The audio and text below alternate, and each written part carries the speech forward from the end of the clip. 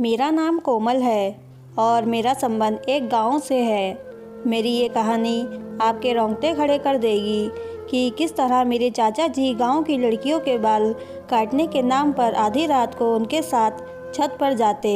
जब सच्चाई खुलकर मेरे सामने आई तो मेरी आत्मा कांप गई थी, क्योंकि सच्चाई उससे कई ज़्यादा भयानक थी जो साफ नज़र आ रही थी।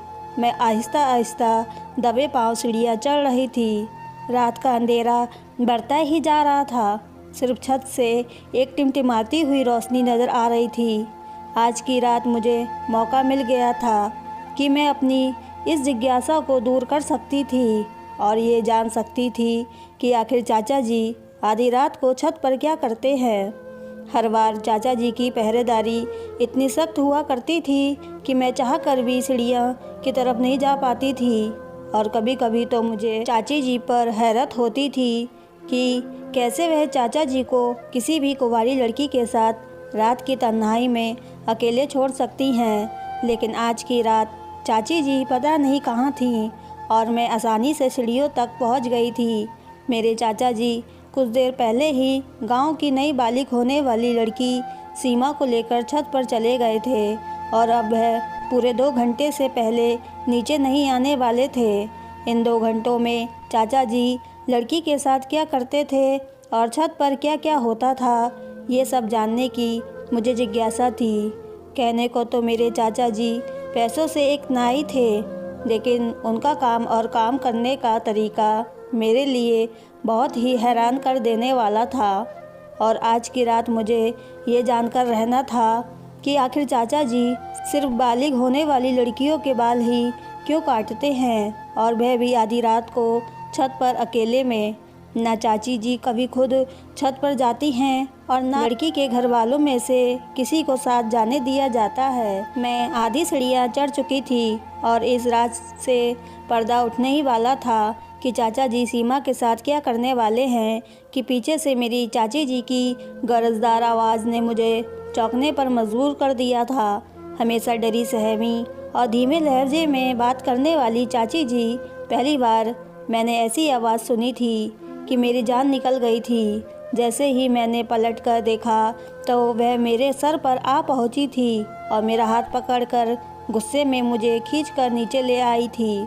उनका अंदाज ऐसा था जैसे वह मुझे कच्चा चबा जाएगी। वह गुस्से से मेरे बाजू को दबोचते हुए पूछ रही थी कि मैं ऊपर कहाँ जा रही थी। मैंने हकलाते हुए चाची जी से कह दिया कि मुझे नीचे घबराहट हो रही थी, इसलिए मैं छत पर जा रही हूँ। मेरी बात सुनकर चाची जी ने एक जोरदार थप्पड़ मेरे मुंह पर मारा और कहने लगी, क्या तुम जानती नहीं हो आज सीमा अपने बाल उतरवाने के लिए आई है? फिर तुमने छत पर जाने के बारे में सोचा भी कैसे? क्या तुम अपने चाचा का काम बंद करवाना चाहती हो? क्या तुम जानती नहीं हो तुम्हें और तुम्हारी माँ को तुम्हारे चाचा ही पाल रहे हैं? तुम्हारे बाबा के मरने के बाद से तुम्हारे चाचा जी ने तुम्हारी सारी जिम्मेदारियाँ अपने सर पर ले रखी हैं और तुम हो कि उनके काम के पीछे पड़ गई हो। तुम्हारे चाचा बिल्कुल भी नहीं चाहते कि जब वह काम करें तो कोई उन्हें बीच में परेशान करे, यहाँ तक कि मैं भी नहीं। इसलिए मैं भी कभी ऊपर जाने की कोशिश नहीं करती। बेहतर है कि तुम भी मत जाना आधी रात के वक्त और इस तरह नज़र ना आना, वरना अच्छा नहीं होगा और फिर मैं तुम्हारे चाचा जी को तुम्हारी शिकायत करूँगी। चाची जी की बात सुनकर मैं बहुत ज़्यादा डर गई थी, क्योंकि चाचा जी से तो वैसे ही मुझे डर लगता था और फिर उनकी अजीबोगरीब करतूत की वजह से भी मैं बहुत ज़्यादा परेशान रहती थी। अगर ऐसे में चाची जी उनसे मेरी किसी तरह की कोई शिकायत करती तो मेरे लिए और परेशानियां खड़ी हो जाती। मैंने फ़ौरन ही चाची जी से माफ़ी मांगी और कहा कि आज के बाद मैं कभी ऐसी गलती नहीं करूँगी। चाची जी ने मुझे नरमी से कहा कि अपने कमरे में जाकर सो जाओ। मैंने सही मौका समझा और अपने कमरे की तरफ दौड़ लगा दी।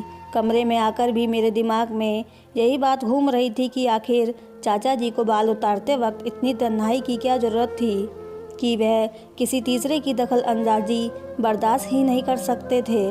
जबकि गांव का दूसरा नाई जो है वो भी चौराहे पर अपनी कुर्सी डालकर बैठा रहता था और आधे गांव के बीच लोगों के बाल उतारता था। उसे तो नहीं किसी तरह की तन्हाई की ज़रूरत थी और ना ही किसी के आने जाने से कोई परेशानी थी। लेकिन मेरे चाचा जी तो अलग ही तरह के नाई थे। दूसरों के चाचा तो अपनी भतीजी से लाड़ प्यार करते थे, मगर मेरे चाचा सिर्फ़ और सिर्फ मुझ पर पाबंदियाँ लगाया करते थे।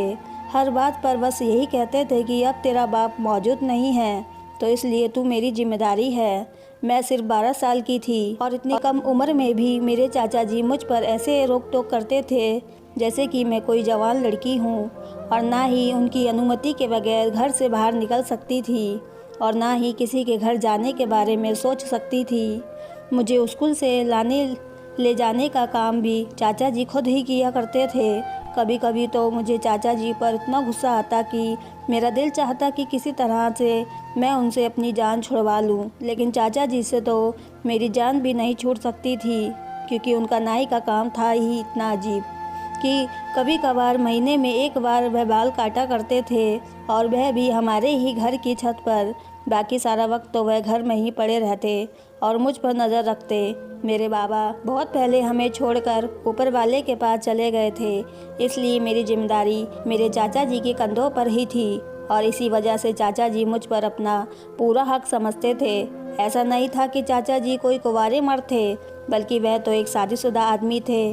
उनकी शादी को 5 साल होने वाले थे। चाची जी भी हमारे साथ ही रहा करती थी, लेकिन पता नहीं क्यों वह इतनी डरी सहमी सी नज़र आती थी, जैसे उन्हें किसी बात का कोई डर हो।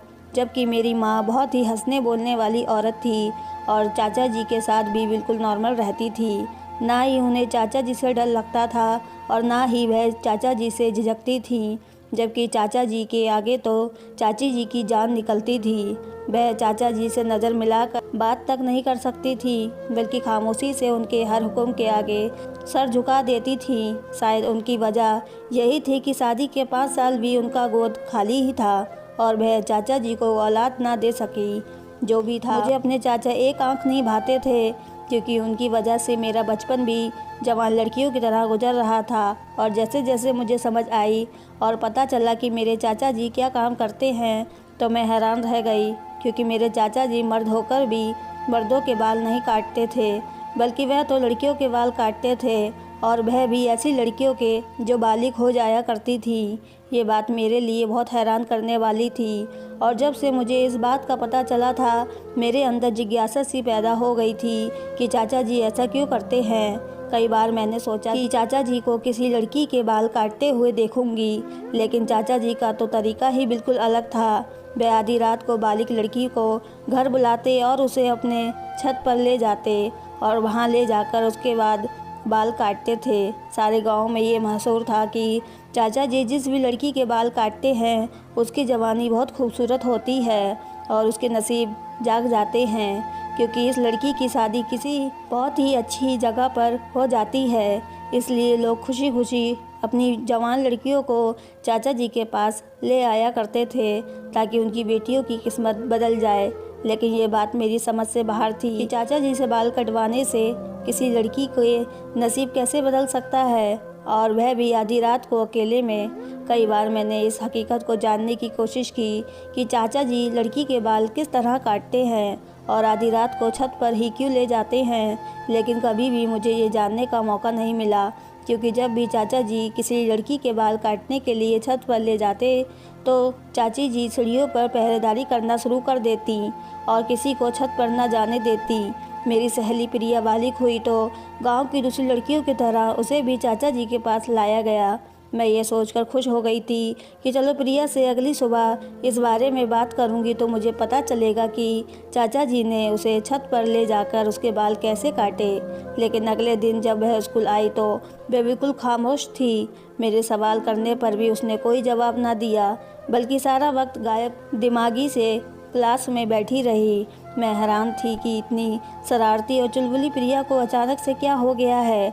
घर आकर यही बात मैंने माँ से कही तो माँ हंसकर कहने लगी, बेवकूफ़, अब वह बालिग हो गई है और ऐसे में लड़कियों में बहुत ज़्यादा बदलाव आ जाते हैं। शायद इसलिए वह भी अपनी माँ के कहने पर चुपचाप बैठी हो। अब तो उसके सर पर बाल भी नहीं हैं, शायद इसलिए झिझक रही होगी। माँ की बात सुनकर मैं संतुष्ट हो गई थी। बाकी 13 साल की प्रिया बहुत ही अजीब सी लग रही थी और क्लास के सब बच्चे भी उसे लगातार चिढ़ा रहे थे। हो सकता है शर्मिंदा के मारे सारा वक्त खामोश रही हो, मगर मुझे क्या पता था कि उसकी खामोशी के पीछे क्या राज है। जब कुछ वक्त तक यही सिलसिला चलता रहा तो मैंने चोरी चुपके छत पर जाने की बहुत बार कोशिश की, लेकिन हर बार चाची जी आगे आ जाती या फिर माँ ही मुझे डांट कर कह दिया करती कि अपने चाचा जी के काम में दखलंदाजी ना किया करो। तुम्हारे चाचा जी हैं जिन्होंने तुम्हारे बाबा के मरने के बाद हमारा पेट पाला है। वे अगर तुम्हें डांटा भी करते हैं तो बर्दाश्त कर लिया करो, क्योंकि वे हमारा भला ही चाहेंगे। शुरू में मुझे माँ की ये बात बिल्कुल भी समझ नहीं आती थी, लेकिन फिर धीरे धीरे मुझे एहसास हुआ कि मेरी माँ एक विधवा औरत थी जिसे पूछने वाला और कोई नहीं था। नाना नानी मर चुके थे और मेरे मामा जी दूसरे गांव में रहते थे। उन्होंने कभी पलटकर हमारा हाल चाल तक नहीं पूछा था। ऐसे में चाचा जी ही थे जो हर वक्त माँ के साथ खड़े रहा करते थे। यहाँ तक कि अपनी शादी के बाद भी इन्होंने मेरे और माँ के खर्चे में कोई भी रुकावट नहीं डाली थी, बल्कि वह तो पहले से भी बढ़कर हमारा ख्याल रखते और चाची जी को भी हमारे साथ रहने पर कोई ऐतराज़ नहीं था। यही वजह थी कि माँ उन दोनों पति पत्नी को सराखों पर बैठाती थी। सारे गांव वाले भी चाचा जी की बहुत ही इज्जत किया करते थे, क्योंकि चाचा जी की बहुत ही नरम मिजाज इंसान थे। बस उनकी सारी डांट मेरे लिए ही थी, लेकिन माँ का कहना था कि इसमें भी उनकी मोहब्बत छुपी हुई है। वह खुद बे औलाद है, इसलिए वह औलाद की कमी को मुझसे पूरा करना चाहते हैं। जब मैंने ये बात सोची तो मुझे भी ये बात सच ही लगी कि अगर चाचा जी का सहारा हमारे साथ ना होता तो शायद हम दोनों माँ बेटी आज इस गांव में बेसहारा और मोहताजी ज़िंदगी गुजार रहे होते। जिस तरह मैंने चाची जी से वादा किया था कि मैं कभी दोबारा चाचा जी के काम में टांग नहीं अड़ाऊंगी, उस रात के बाद से मैंने कभी छत पर जाने का सोचा भी नहीं। मैं डर गई थी कि अगर चाची जी चाचा जी से मेरी शिकायत कर देती तो मैं और मेरी माँ कहाँ जाती। चाचा जी का काम पहले ही तरह ही चल रहा था। कभी महीने में तो कभी 1.5 महीने में कोई ना कोई लड़की बालिग होकर हमारे घर आ जाती और चाचा जी के साथ खामोशी से ऊपर छत पर चली जाती थी। चाची जी सीढ़ियों के आसपास ही रहती थी और 2 घंटे बाद जब वह लड़की छत से उतरकर वापस नीचे आती तो चाचा जी उसके काफ़ी देर बाद ही नीचे आते और उनकी हालत काफ़ी अजीब सी नज़र आती।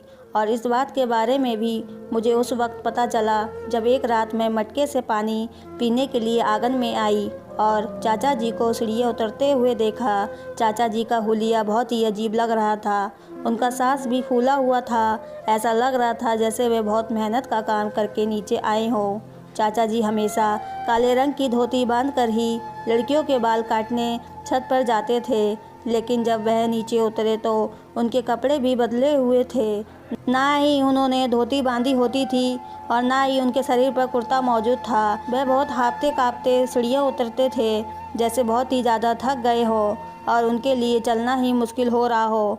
और फिर मुझे याद आया कि जब भी चाचा जी किसी लड़की के बाल काटते तो पूरा दिन कमरे में बंद रहते थे और चाची जी को भी कमरे में जाने की अनुमति नहीं थी।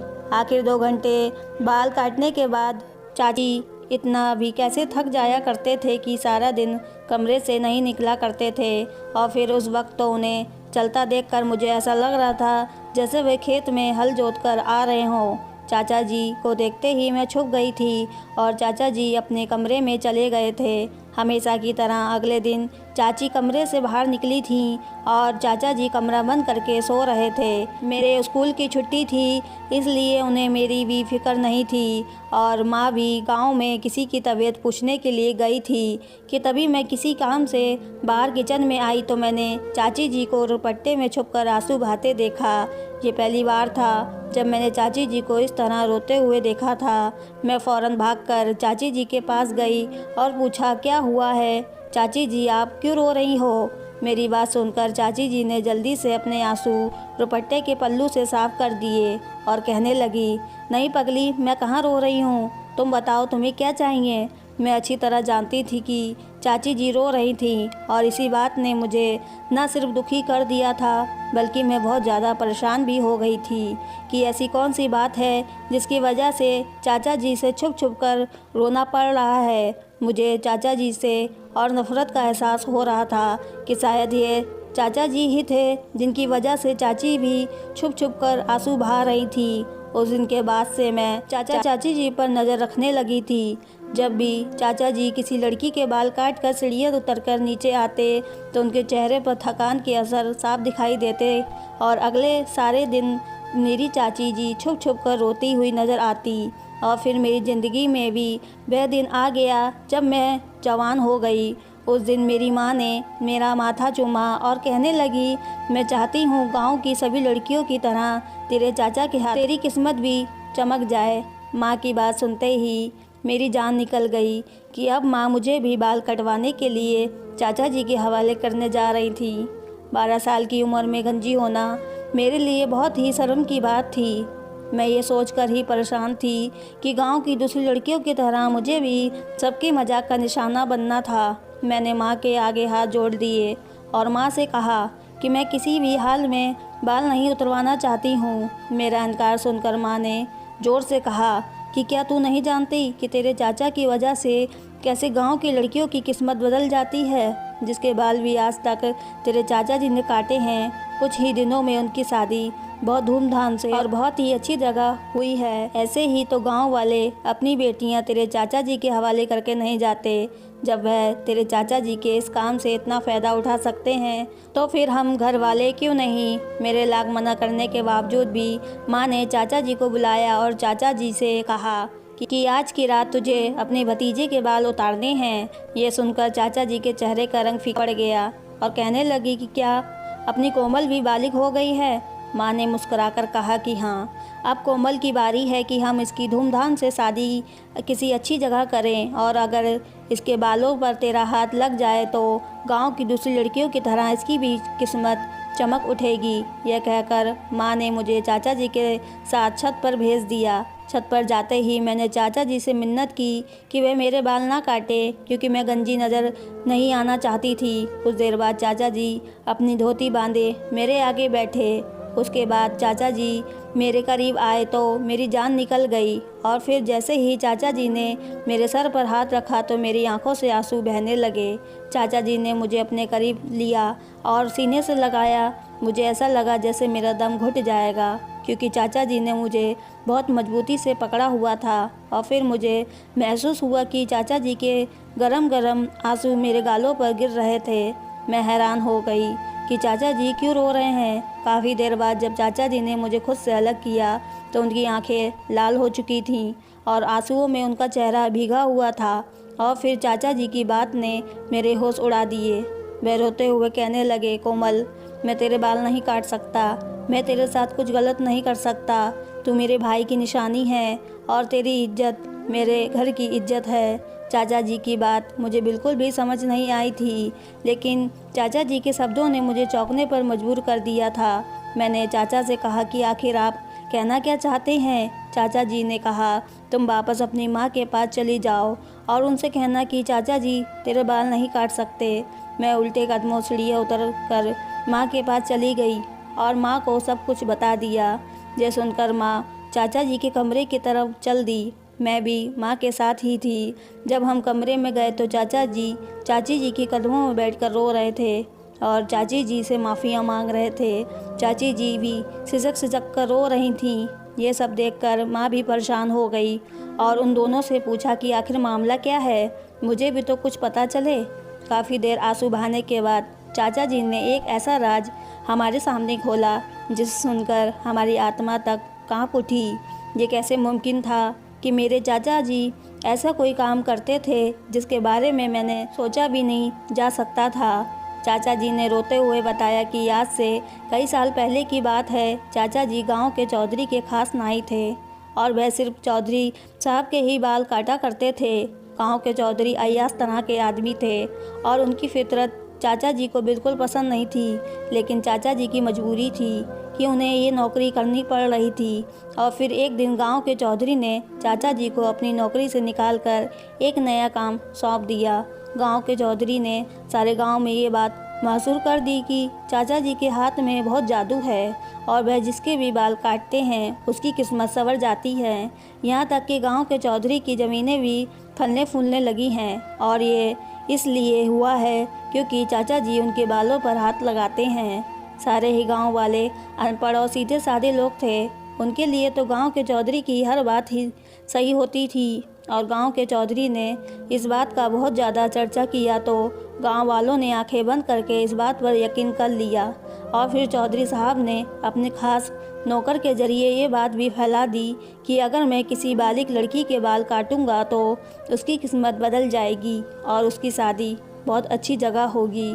मुझे समझ नहीं आ रहा था कि चौधरी साहब ने ये सब क्यों किया। चौधरी साहब ने मुझे लाखों रुपए देने का वादा किया था और कहा था कि मुझे बस गांव की जवान होने वाली लड़कियों के बाल उतारने हैं। मुझे लगा कि इसमें कोई गलत बात नहीं होगी। और फिर जब गांव वाले ये सोचकर मेरे पास नई बालिग बेटियों को मेरे पास लाने लगे तो उनकी किस्मत बदलने लगी। तो मैं भी खुशी खुशी रात के अंधेरे में उनके बाल उतार दिया करता और बदले में चौधरी साहब मुझे 1000 रुपये दे देते। कई सालों तक ये सिलसिला इसी तरह चलता रहा। और फिर जब मेरी शादी तुम्हारी चाची जी से हुई तो उस पहली रात को मेरे सामने ये राज खुला कि मैं जिन लड़कियों के बाल काटता हूँ उनके साथ चौधरी साहब क्या खेल खेलते हैं। और ये जानकर मेरे भी रोंगटे खड़े हो गए थे।